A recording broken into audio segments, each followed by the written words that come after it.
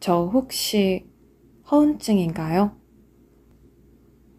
나는 종종 거짓말을 했다. 일일이 기억하기는 힘들지만 생각나는 대로 써보자면 회사에서 인턴 업무를 할 때였다. 가장님과 점심을 먹으러 가던 중에 자연스럽게 해외여행 이야기가 나왔고 가장님은 내게 어느 나라를 가보았냐고 물었다. 나는 그 당시 해외여행을 가본 적이 없었고 그 사실이 부끄러웠다. 그래서 일본에 갔었다고 거짓말을 했다. 밥을 먹는 내내 가장님이 일본 여행에 대해서 물을까봐 겁났던 기억이 있다. 나는 감정이입을 잘하고 공감도 잘했고 또 공감을 잘해줘야 한다는 강박까지 있어서 상대가 나에게 어떤 이야기를 털어놓으면 나도 그런 적이 있다고 거짓말을 하고는 했다. 웃기고 싶고 관심받고 싶을 때면 또 거짓말을 하고 동시에 스스로를 자책하고 커다란 거짓말이 아니라 일상 속의 자잘한 거짓말들이기에 들킬 염려도 없었고 그래서 크기는 작을지라도 횟수는 늘어만 갔다. 죄책감 때문에 아주 사소한 일도 거짓말하지 말아야겠다고 다짐했는데 이번에 술에 취해 친구에게 거짓말을 했다. 그 거짓말은 너무 수치스러워서 차마 입에 올릴 수도 없다. 이번 일로 모든 노력이 수포가 되었다. 잘 지내셨어요? 아니요, 좋지 않았어요. 목요일까지 쭉 안 좋았다가 금요일과 토요일엔 좀 괜찮았어요. 이 이야기를 전부 하는 게 치료에 도움이 될까요? 불편하지 않다면요. 나중에 해도 되고요. 이상화된 기준을 낮추는 게 가능할까요? 자신감이 생긴다면 낮출 수 있겠죠. 완벽함에 대한 탐구, 이상을 쫓는 마음 자체가 안 생길 수도 있어요. 자신감이 생길 수도 있어요? 아마도요? 저 관심종자 같아요. 인정 욕구도 강하고 그래서 허언증이 있나 봐요. 일단 이야기를 할 때 웃기고 싶은 마음에 조금 가장하거나 학대해서 말하고 상대방 이야기에 공감하고 싶을 때 나도 그런 일 겪은 적 있어 하면서 거짓말 할 때가 있어요. 그 후에는 너무 괴롭고요. 그래서 이제 작은 거로도 거짓말하지 않으려고 해요. 그게 저도 편했고요. 그런데 토요일에 진료받고 나서 친구랑 술을 마시고 취했는데 기억은 다 나거든요. 그런데 거짓말을 했어요. 그 내용도 공감을 위해서였나요? 아니요. 그냥 관심받고 싶은 마음이었던 것 같아요. 공감을 얻을 이야기는 아니었어요. 취하지 않았다면 안 했을 이야기인가요? 절대 안 했을 이야기예요. 그럼 취해서 한 거잖아요. 그렇게 넘기세요. 그렇게 넘겨도 돼요? 정신병자 아니에요? 아니에요. 거짓말은 인지 기능이 떨어질 때 많이 할 수 있어요. 술 취했을 때도 마찬가지인데 기억력이나 판단력이 떨어지잖아요. 그 공백을 메꾸기 위해 무의식적으로 거짓말을 할 수도 있죠. 하물며 취한 사람도 자기는 안 취했다고 하잖아요. 이야기에 연결성 없이 나오는 대로 말할 수 있어요. 저 괜찮아요? 괜찮아요. 취했을 땐 자신을 억제하는 이성의 끈을 놓게 되죠. 전문 용어로는 탈억제라고 해요. 술이나 마약류를 접했을 때 탈억제가 일어나죠. 그래서 충동적인 행동이 많이 나타나고 자신이 터부시했던 행동들을 하게 돼요. 그러니 그냥 하루 정도만 자책하면 돼요. 아, 다음부터는 이렇게 안 마셔야지. 이 정도만 해도 충분해요. 괴로워하는 시간이 좀 짧아지긴 했어요. 내 탓하지 말고 술 탓 좀 해요. 말씀하셨잖아요. 술 마시지 않았다면 하지 않았을 거고 술 취해서 한 거라고. 이거 허언증 아니에요? 아니에요. 그냥 술 취한 거예요. 선생님, 저는 만취했는데도 헛소리 하나 안 하는 애들이 너무 부러워요. 그런 사람이 있을까요? 자는 사람은 있겠죠. 실수가 나와야 하는데 수면 중추가 먼저 취해서 잠이 든 거지. 대부분은 하죠. 안 그러는 사람들은 술이 센 거예요. 저번 주에 제가 정의로워지고 싶어 하는 이유는 착해서라고 얘기하셨잖아요. 그게 아니라 제가 정의롭지 않은 사람이라 정의로워지고 싶어 하는 것 같아요. 자신이 정의롭지 않은 사람이라고 이미 규정해 버린 거죠. 그게 무엇이든 기준선이 높으면 지금 나의 상태를 굉장히 부정적으로 보고 있다는 증거가 될 수 있어요. 자신을 개선해 나가야 하는 사람처럼 보는 거죠. 지금도 마찬가지예요. 술은 취하려고 마시는 건데 안 취하는 사람을 부러워한단 말이에요. 이렇게 얘기하니 너무 간단해 보이네요. 그리고 이번 주에 회사를 그만두고 싶었어요. 많은 것들이 스트레스였고요. 수요일엔 동료들과 술을 마셨는데 다른 사람들이 보기엔 지금 제가 편한 위치에 있고 팀장님도 좋거든요. 그 친구들은 힘든 상황이고요. 그래서 친구들의 이야기를 들어주는 상황이 된 거예요. 그런데 저도 힘들거든요. 저도 힘든데 다른 사람 이야기만 들어주고 있는 거죠. 회사 밖 친구들도 회사 동료들도 다른 사람이 더 힘들다고 생각하는 것 같고요. 갑자기 억울한 기분이 들었어요. 화난 걸 참았네요. 어떻게 터뜨려야 될까요? 팀장님께 상담해볼까 고민했는데 그날 팀장님이 시키신 일을 못하고 끙끙 앓다가 오후에야 어떻게 할지 여쭈어 봤거든요. 그런데 너무 명쾌하게 해결해 주셨어요. 그게 너무 감사하고 그래서 더 말씀을 못 드리겠는 거예요. 팀장님도 힘드시니까. 왜 그렇게 남이 힘든 걸 잘 알아요? 그러게요. 사실 모르지 않을까요? 힘들다고 좀 하세요. 뭐라고 해야 할지 모르겠어요. 다른 사람들 보면서 배우세요. 다른 사람들도 힘들다고 하니까 알잖아요. 세희 씨는 안 힘든 사람한테도 너 힘들지?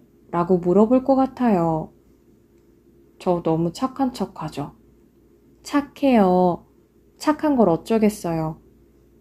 착한 게 아니라 그냥 찐따 같아요. 다른 사람들보다는 내가 낫잖아 라고 생각하면서 자신이 힘들다는 말을 하지 못하게 만드는 거죠. 예를 들어 어딜 가도 거기 있는 사람들은 여기도 힘들어 라고 이야기할 수 있어요. 하지만 지금은 저 친구도 힘든데 내가 몰랐구나 하며 자책하고 있는 거죠. 다른 사람의 감정 생각을 하는 거는 좋아요. 관심을 쏟는 거 좋죠. 하지만 제일 먼저 나를 점검했으면 좋겠어요. 내 기분을 먼저요. 친구들한테 말하는 것도 좋지만 같이 일하는 내부 사람들에게도 나는 괜찮아가 아니라 나는 너와 비교하면 육체적으로 편할지 모르지만 여기도 힘들어 라는 걸 말하는 게 자신도 편하고 상대방도 편할 수 있어요. 회사 사람들한테는 이야기해 본 적이 없네요. 사실 그렇게 포커페이스도 아니에요. 감정을 잘 못 숨기거든요. 목요일에 회사를 그만두고 싶었을 땐 누가 봐도 화난 표정으로 있었어요. 그러면 사람들이 말을 잘 못 걸죠. 그냥 기분이 나쁜 줄 알았겠죠. 자신에 대해 알아야 해결할 수 있어요. 자신을 알고자 하지 않으면서 내가 왜 이러지? 라고만 생각하면 안 돼요. 저는 저를 잘 모르나요? 자신에 대한 관심이 떨어지지 않았을까 해요. 저는 매일 감정을 기록하는데요. 마치 제 3자의 관점에서 쓴 것 같은 기록이에요. 힘들 땐 무조건 내가 제일 힘든 거예요. 그건 이기적인 게 아니에요. 예를 들어 어떤 조건이 좋다는 건 가기 전까지만 좋은 거예요. 직업이든 학교든 마찬가지죠. 합격하는 순간까지만 좋고 가고 나면 불만이 시작돼요. 처음부터 끝까지 난 여기가 너무 좋아 하는 게 가능할까요? 다른 사람들은 나를 부러워할지 몰라도 정작 나는 아닐 수 있어요. 그러니까 나는 왜 즐겁지 못한 거야? 하며 나를 괴롭힐 필요는 없어요. 알겠어요. 수요일에 동료들과 놀아서 즐거웠는데 반쪽짜리 행복이었어요. 예를 들어 상대가 어제 우리 진짜 재밌었다 라는 말이 안 나오면 반만 즐거운 거죠. 그 말이 나와야만 완전히 즐거워져요. 실제로 지금 내 말 재미없니? 나 지금 너무 좋은데 너도 그래? 라는 말을 많이 해요. 타인을 배려하는 게 부정적인 건 아니죠. 그게 지나쳐서 눈치를 살피면 문제가 되는데 지금은 눈치를 살피는 행동이에요. 네, 잠들기까지 시간이 오래 걸렸는데 처방해주신 약을 먹고 나서는 자연스럽게 졸렸어요. 요새도 자주 깼어요? 새벽 4시에 한 번, 5시에 한 번 깨요. 잘 때는 핸드폰을 멀리 두세요. 밤에 보나 아침에 보나 똑같잖아요. 일상에서 미룰 수 있는 건 밀어버리세요. 우선순위를 내가 정했으면 좋겠어요. 금요일 아침약 먹기 전에는 불안하고 일이 손에 잡히지 않았어요. 약 먹으니까 나아졌고요. 오늘 아침에도 초조함이 느껴졌는데 8시쯤 약 먹으니까 괜찮아졌어요. 부작용일 수도 있어요. 밤에 먹는 반알짜리요. 아침약 잘 드시면 돼요. 약 중독되는 거 아니에요? 약으로 중독을 만들지 않아요.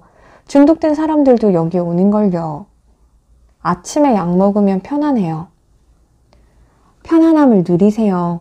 편안한데 이 약이 내 몸에 안 좋지 않을까 하는 걱정 때문에 더 부담이 될 수 있어요.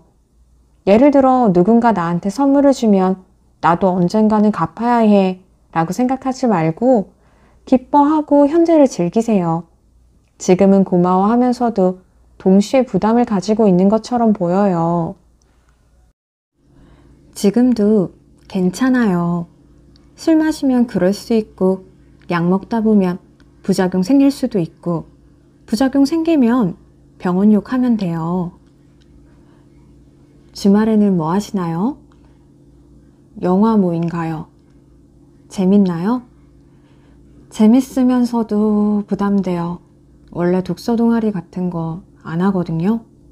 문창과 나왔고 출판사 다닌다고 하면 사람들이 기대하니까요. 영화 모임에서도 출판사 다닌다고 하니까 사람들이 오 이런 반응이어서 부담스러웠어요. 영화 동아리는 왜 했어요? 저는 집순이라서 만나는 사람도 한정적이고 친구들 모임 말고는 애인이랑만 노니까 이렇게 20대를 다 흘려보낼 것 같아서요. 아, 활동을 좀 늘려보려고? 네, 그건 좋네요. 그럼 거기서 기대를 다 충족시켜 주나요? 아니요. 그렇다고 버림받지는 않잖아요. 대단하다고 하는 경우도 실망하는 경우도 있을 거예요. 처음에 말씀하신 내가 이걸 왜 했을까에 더 초점을 맞췄으면 좋겠어요. 이번 영화는 제 취향이 아니에요. 할 말이 없거든요. 아무 말 안 해도 돼요? 그럼요. 그냥 재미없던데요? 제 취향이 아니에요. 라고 얘기하면 되죠. 창피해요. 그냥 각자의 평가잖아요. 정답이 있는 문제도 아니고 물론 다른 사람들의 기대감도 있겠지만 나도 모르게 나는 문창과를 나왔고 출판사에 다니니까 남들과는 다른 대단한 것을 보여줘야 해 라는 무언의 압박감이 있을 수도 있어요. 그런데 그냥 이게 난데 뭐? 라고 받아들이는 순간 훨씬 더 자유로워질 수도 있어요. 지금 좀 자유로워졌어요. 영화를 보면 꼭 의미를 찾아내야 할까요? 내가 좋았던 부분을 아무도 좋아하지 않을 수도 있고 나는 재미없었는데 타인은 좋았을 수도 있잖아요. 모든 것을 너무 지적으로 생각하지 않았으면 좋겠어요. 감정에 중점을 두는 거죠. 아무렴 뭐 어때? 라는 생각이 중요해요. 그렇게 해봐야겠어요. 오히려 모임이 끝난 후에 뭐 하고 놀까? 뒤풀이 하면 뭐 먹을까? 누구랑 얘기할까? 이런 생각을 하는 게 더 낫지 않을까요? 그러네요. 오늘도 나아지는 가정. 힘들 땐 무조건 내가 제일 힘든 거예요. 그건 이기적인 게 아니에요. 확실히 전문가한테 듣는 이야기는 위안이 된다. 몸에 상처가 났을 때 옆에서 누군가가 괜찮아 하는 것보다 의사가 직접 괜찮아요 해주는 게 더 안심이 되듯이. 그런데 날 너무 착한 사람 혹은 답답한 사람처럼 보는 듯해서 마음이 후련하면서도 불편해졌다. 영화 모임에서는 선생님 말처럼 내 스타일이 아니었고 별로였다는 평을 했다. 녹음한 걸 들어보니 구구절절 잘도 말했네. 어쨌든 겨우 3번째 상담이고 많은 게 달라지지는 않았지만 나아지는 과정이라고 생각하기로 했다. 아직 집에 혼자 있을 땐 한없이 남과 비교하면서 나를 보잘것없음을 자책하고 힘들어하지만 그 강도가 조금은 얕아진 느낌이다. 누군가가 좋은 날에도 글을 쓸 수 있어야 한다고 했는데 그것도 연습이 필요할까? 늘 날씨가, 몸이, 마음이, 정신이 어두울 때만 글을 쓴다. 좋은 생각을 하면서 좋은 글을 쓰고 싶다. 묵직하고 어둡고 과잉 범벅인 게 싫다. 어쨌든 좋은 생각을 해보기로. 내가 나를 감시해요. 내 자기 검열은 언제부터 시작되었을까? 지난 메일을 뒤져보다가 10년 전쯤에 썼던 글을 발견했다. 사람이 너무 상처를 받으면 그 상처를 억압해 버린다고 하던데 내가 그랬었나 보다. 전혀 기억하지 못한 일이었기 때문이다. 나는 태어났을 때부터 유전성 아토피 피부였다. 당시에는 아토피가 지금처럼 보편적이지 않았기에 의사는 가볍게 치부했고 시간이 조금 흐르고 나서야 아토피였다는 사실을 알았다. 어린 아이들의 아토피가 다 그렇듯이 팔다리에 접히는 부분과 눈가는 늘 건조하고 빨개져 있었다. 친구들은 종종 피부가 왜 이래? 징그러워 라고 말했고 심지어 내가 좋아했던 남자아이는 대놓고 할머니 같다고 말한 적도 있었다. 5학년 때였나? 남학생과 같이 호흡을 맞추며 춤을 춰야 하는 행사였다. 내 파트너가 나랑 하기 싫었는지 내 손을 잡지 않고 춤추는 신용만 했던 기억이 난다. 그때부터 수치심이 생겨났다. 나 자신이 이상하고 못나고 할머니 같고 감춰야 할 존재처럼 느껴졌다. 중학생 때는 이런 일도 있었다. 그 당시에 친구들과 함께하던 온라인 커뮤니티에는 익명 게시판이 있었는데 누군가가 내 욕을 한 페이지 가까이 써놨던 기억이 있다. 일일이 다 열거하기도 힘들지만 얼굴은 안 그래 보이는데 몸이 너무 뚱뚱하다. 좀 씻고 다녀라. 팔꿈치가 까매서 못 봐주겠다 정도가 기억난다. 내 외모를 그렇게 평했다는 사실에 엄청난 수치심을 느꼈다. 그 사건은 내 기억 속에서 지워졌지만 무의식 속에 남아 있었는지 나도 모르게 때타올러 팔꿈치를 매일 박박 미는 모습. 혹시 이나 코에 이물질이 있을까봐 거울을 수십 번도 넘게 들여다보는 늘 남에게 내가 어떻게 보일지 고민하는 내 모습이 있었다. 그렇게 검열하다 보니 이제 내 목소리까지 녹음해서 듣는 지경에 이르렀다. 내 마음이 고통을 오롯이 실감하는데도 누군가가 나를 비웃을 거라는 생각 때문에 두렵다. 지난주 영화 모임은 잘 하셨나요? 네, 잘했어요. 할 말이 많았나요? 아니요. 별로였다고 하니까 진행자분이 어떤 게 별로였냐고 물어봐서 지금 정리가 잘 안 된다고 하고 넘어갔어요. 그리고 다른 사람들이 말하는 걸 듣다 보니 왜 별로였는지 자연스럽게 떠올라서 이야기했고요. 나중에 녹음한 걸 들어보니까 말 많이 했더라고요. 왜 녹음을 했어요? 저 회사에서 중요한 회의할 때나 선생님이랑 이야기할 때 다 녹음하고 집에서 들어봐요. 평소에 긴장을 많이 하니까 말했던 내용이 기억이 안 나서요. 술 취한 게 아니잖아요. 굳이 녹음까지 할 필요가 있을까요? 지금은 내원 기록 정리하려고 녹음하는 거고, 다른 경우에는 긴장해서 눈앞이 하얘지고 무슨 말을 했는지 모르겠어서 하기 시작했어요. 어떻게 보면 자기 자신을 CCTV 찍듯이 검열하고 있네요. 끝나고 나서 내가 잘했나? 어떤 이야기를 했지? 이렇게요. 망각을 통해 자유로움을 얻을 수도 있을 텐데 피곤할 것 같아요. 안도감과 자책감이 동시에 드는 것 같아요.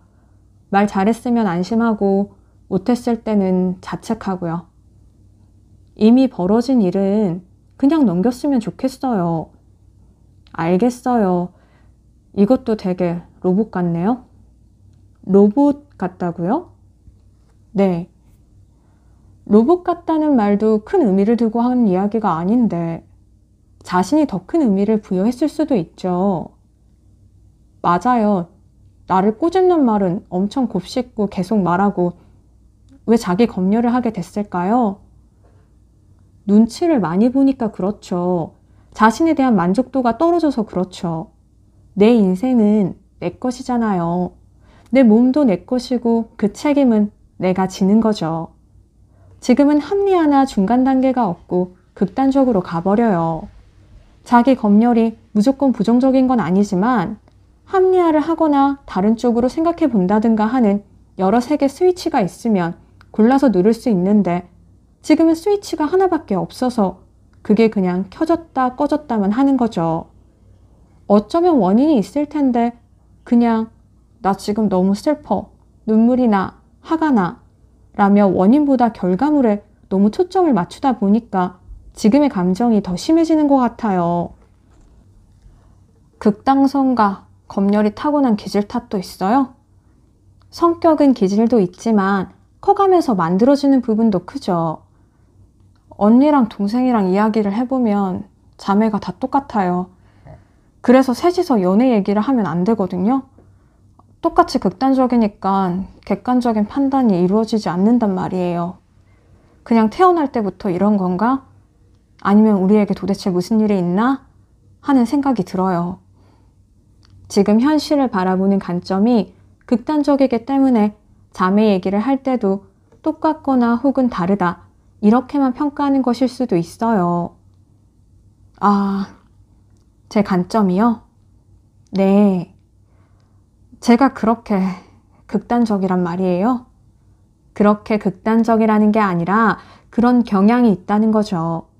일단 일과 휴식의 공간적인 분리가 필요해요. 회사에서 스트레스 받았으면 집에 가서는 쉬어야 하는데 쉬면서 녹음한 걸 듣는단 말이에요. 그러면 둘이 섞여버려요. 수치스러움과 불안감을 동시에 느낄 수 있어요. 알겠어요. 이번 주에는 별일 없었는데도 잠을 못 잤어요. 새벽 4시에 깨면 6시, 7시까지 못 자서 영화 보고 그랬어요. 답답할 정도로 잠이 안 왔어요. 낮에 많이 피곤했겠네요. 생각보다는 괜찮았어요. 원래 사람들이 갑자기 말 걸면 얼굴이 엄청 빨개졌었거든요. 이번 주는 안 빨개졌어요. 몇 시간 정도 주무셨나요? 평균 4, 5시간? 5시간 자고 일어나서 10분, 20분 쪼개서 자는 시기예요. 그리고 회사에서 집까지 걸어가면 40분 정도 걸리거든요. 논밭이 가득한 시골길인데 걸으면 머리가 맑아지고 기분이 좋아요. 혼자 집에 있으면 우울해지기 시작하고요. 왜 그럴까 생각해 봤는데 제가 부러운 사람들의 인스타그램을 계정을 찾아서 본단 말이에요. 그걸 보면 더 우울해지는 것 같아요. 부러워하는 사람들은 어떤 사람들인가요? 원래 입사하고 싶었던 회사의 편집 팀장님이에요. 그 회사로 이직을 준비하기도 했는데 면접에서 떨어졌거든요. 예쁘고 옷도 잘 입고 팀원들도 정말 좋아 보였어요. 많은 것들이 부럽고 나는 뭐지? 라는 생각이 들었어요. 지금 일하는 회사와 업무 만족도는 어떤가요? 업무 만족도는 높은데 조금 지겨워요. 부러움은 누구나 느낄 수 있겠죠. 이상향을 가지고 있는 거니까요. 하지만 부러워하는 것과 자신을 계속 비교하고 비하하는 건 다른 거죠. 지금은 동경하는 정도로 느껴지고 심해 보이지는 않아요. 어느 정도여야 심한 거예요? 행동으로 나와야죠. 하지만 나도 괜찮아 정도로 생각할 수 있다면 괜찮아요. 부러워하는 마음을 너무 부정적으로만 보지 않았으면 좋겠어요. 나를 발전시킬 수 있는 하나의 원동력이 될 수도 있죠. 네. 그리고 회사 팀장님을 존경하거든요. 그 마음이 건강하게 작용할 땐 닮고 싶다. 나도 저렇게 되어야지 하는데 어떤 날에는 왜 나는 저런 생각을 못하지? 이런 생각이 들면서 너무 우울해요. 누구나 그런 시기를 지나치겠죠. 좌절하고 극복하며 노하우가 생겼을 수도 있어요. 그리고 요즘 기분이 좋지 않으니까 같은 것이라도 보는 관점이 달라지는 거죠. 그럼 정서가 중요하겠네요. 굉장히 중요하죠. 내 감정과 상황에 따라 우연한 사건을 받아들이는 방식은 천차만별이에요. 감정 상태를 좋게 바꿀 수 있을지 모르겠어요. 좋게보다는 과도하지 않게, 극단적이지 않게 바꾸는 게 중요하죠. 그게 안 돼요. 그렇게 못할 것 같아요. 이미 안 된다고 말하고 있잖아요. 할 수 있을 거예요. 이번 주는 그런 대로 잘 지냈으니까요. 저번 주는 안 좋았다고 했어요. 맞아요. 그리고 사건이 하나 있었어요. 영화 모임 페이스북에 인터뷰가 올라와 있는 거예요. 그 인터뷰에 모임 사람들이 좋아요를 눌렀기에 들어가 봤는데 다들 학력이 너무 좋은 거예요. 알고 보니 모임 대표가 좋은 대학교를 나왔는데 사업 초기라 주변 지인들에게 도와달라고 부탁했나 봐요. 그래서 다들 학력이 좋았던 거죠. 그 사실을 알고 나니까 갑자기 위축되고 모임에 나가기가 싫어졌어요. 그래서 어딜 가면 제 학력도 이야기하지 않고 상대 학력도 듣지 않으려고 해요. 우월감과 열등감이 동시에 생기거든요. 예를 들어 대화 상대가 편하고 말도 잘 통해서 제가 편하게 이야기를 했단 말이죠.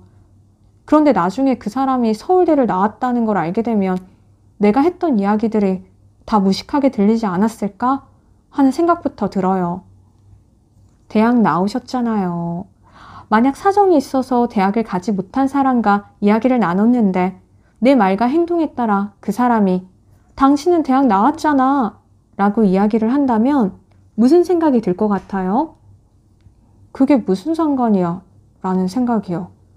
그렇겠죠.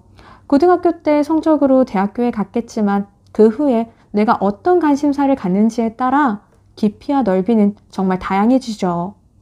고등학교 때의 성적이 나머지 인생을 보장해주는 건 아니잖아요. 그렇죠. 나보다 상대가 우월하게 느껴진다면 같은 조건에서 다른 사람을 비교했으면 좋겠어요. 예를 들어 집안 사정이 어려워서 고등학교도 졸업하지 못했지만 열심히 노력해서 무언가를 이뤄낸 사람이 텔레비전에 나왔어요. 지금의 관점으로 본다면 그 사람의 노력은 평가절하될 수밖에 없죠. 그런데 과연 그럴까요? 아니에요. 아닌데요? 그렇죠. 내가 유리할 때는 그런 기준을 전혀 적용하지 않고 불리할 때만 가져오잖아요. 물론 사회 분위기상 높은 대학이 유리한 면은 있을 거예요. 하지만 내가 지금 이직을 한다면 학력보다는 이력이 중요하잖아요. 그렇게 생각하려고 노력해야겠죠? 자동으로 드는 생각을 조금 꺾어보려는 노력을 했으면 좋겠어요. 저 자신이 바뀌어야 할 것 같아요. 저는 학력이 컴플렉스여서 편입했거든요. 처음에 진짜 좋았어요. 그런데 대학교는 외적인 요인이잖아요. 열망했던 것들을 채워도 우울함이 계속되었어요. 열망했던 것들을 채웠다는 게 실제로 내가 열망한 게 맞는지가 문제죠. 그걸 잘 모르겠어요. 예를 들어 내가 가고자 하는 목적지가 아니라 단지 KTX를 타는 게 목적이라고 잘못 생각했을 수도 있다고요. 어쩌면 그건 내 생각이 아니라 사회적인 선입견이나 인식에 사로잡힌 것일 수도 있죠. 하지만 저는 문창가를 간 게 정말 좋았어요. 그러니깐요. 누군가의 말보다 자신이 좋고 기쁜 게 더 중요하죠. 사람들에게 보이는 모습보다는 내 욕구를 먼저 충족했으면 좋겠어요. 방금도 말했지만 저는 그걸 잘 모르겠어요. 이걸 내가 원하는 걸까? 남이 원하는 걸까? 하는 부분이요. 잘 안 된다고 하면서도 인식하는 부분이 조금씩 있잖아요. 문창가를 갔을 때 기뻤던 것과 지금 하는 일에 만족하는 게 가장 솔직한 감정이 아닐까 싶어요. 바로 확 느껴지는 감정이요? 네, 즐거움이요. 즐거움보다 다른 감정이 앞선다면 안 하는 게 좋을까요? 글쎄요. 가끔은 다른 이유로 싫어하는 것도 해야 할 때가 있잖아요. 영화 모임이 곧 끝나요. 그 후 새 모임이 시작되는데 하고 싶은지 하기 싫은지를 잘 모르겠어요. 모임의 장단점을 쭉 적어보고 하나씩 읽어보면 답이 나올지도 몰라요. 어쨌든 취미생활이잖아요. 취미생활이 스트레스가 되면 안 돼요. 하지만 안 하는 이유가 두려움에 굴복해서는 아니었으면 좋겠어요. 제가 피해의식이 심하잖아요. 이 모임에서도 사람들이 저를 싫어하는 것 같다는 생각이 들어요. 어떤 상황에서요? 모임 끝나고 술을 마시러 갔어요. 취하고 싶지 않아서 처음에는 안 취했는데 결국 취했거든요. 막판에 취해서 기억이 가물가물하긴 한데 대표랑 진행자가 이제 나는 보내라는 식으로 눈빛 교환한 걸 봤어요. 희미한 그 기억이 창피했고 나를 싫어한다는 것 같다는 생각이 들었어요. 취한 걸 싫어한 건 아닐까요? 네? 친구가 취했을 때 걱정되는 마음에 너 빨리 들어가 하는 경우도 있잖아요. 아, 그러네. 왜 그 생각을 못했지? 취한 게 싫은 건데. 저도 그래요. 취한 게 싫은 거죠. 보통 꿈이 현실이 되기 전에는 이루어지기만 하면 더 바랄 게 없겠다는 생각을 많이 하잖아요. 만약 꿈이 이루어졌을 때도 그때의 마음이 생각난다면 지금의 삶이 보너스처럼 느껴지지 않을까요? 내가 무언가가 부러울 때 20살의 내가 지금의 나를 바라본다면 어떨까요? 대학교 나와서 출판사 다니네? 하지 않을까요? 정말 기뻐할 것 같아요. 저 사람한테 가서 어떻게 들어갔는지 물어보고 싶다 라고 생각할 수도 있죠. 그런데 지금의 나는 내 삶과 과거를 마치 실패한 것처럼 바라보잖아요. 하지만 어릴 때의 기준으로는 지금의 내가 굉장히 성공한 인생일 수도 있어요. 가끔 이런 생각해요. 35살의 내가 28살의 나를 보면 너무 안타까워할 것 같다는 생각이요. 지금도 만약 20살의 나로 돌아간다면 너무 그럴 필요 없어. 이렇게 얘기해주고 싶거든요. 그런데 실제로는 이게 잘 안 되니까 다른 사람만 비교할 게 아니라 나를 가지고 비교해봤으면 좋겠어요. 그럼 피해의식은요? 천천히 계속 생각해 가야죠. 성격인 부분도 있으니까요. 오랜 시간 동안 불안감을 느끼고 살았잖아요. 새로운 경험이 과거의 경험을 덮어주기 시작하면 어쩌면 나를 바라볼 때나 사람을 대할 때 지금보다 훨씬 밝게 바라볼 수 있지 않을까요? 20살의 내가 지금의 나에게 누군가의 말보다 자신이 좋고 기쁜 게 더 중요하죠. 사람들에게 보이는 모습보다는 내 욕구를 먼저 충족했으면 좋겠어요. 늘 미래에서 과거를 바라봤다. 이런 생각을 한 적이 있다. 35의 내가 28의 나를 보면 어떨까? 28의 내가 20의 나를 보면 어떨까? 과거의 나를 만난다면 그렇게 애쓸 필요 없다고 꼭 말해주고 싶었는데 아무것도 없던 때 미래도 대학도 돈도 없이 독서실 총무를 했던 때, 편입시험을 앞두곤 새벽 6시부터 헬스장 카운터 알바를 했던 때, 거울 속 내 모습이 흑백 사진 같았던 때, 그때의 내가 지금의 나를 상상이나 했을까? 대학도 졸업하고 가고 싶은 출판사에 가서 하고 싶은 일을 하고 있는 나를 보면 얼마나 반가워할까? 나는 충분히 열심히 살았다. 그리고 내가 하고 싶은 일을 하며 산다. 과연 이게 원하는 일일까라는 불안은 없다. 다만 더 잘하고 싶을 뿐. 그것만으로도 충분한데 왜 자꾸 더 높은 곳만 바라보며 나를 괴롭혀 왔을까? 20살의 내가 지금의 나를 만나면 아마 울 것 같다. 그래, 이 정도면 충분하다.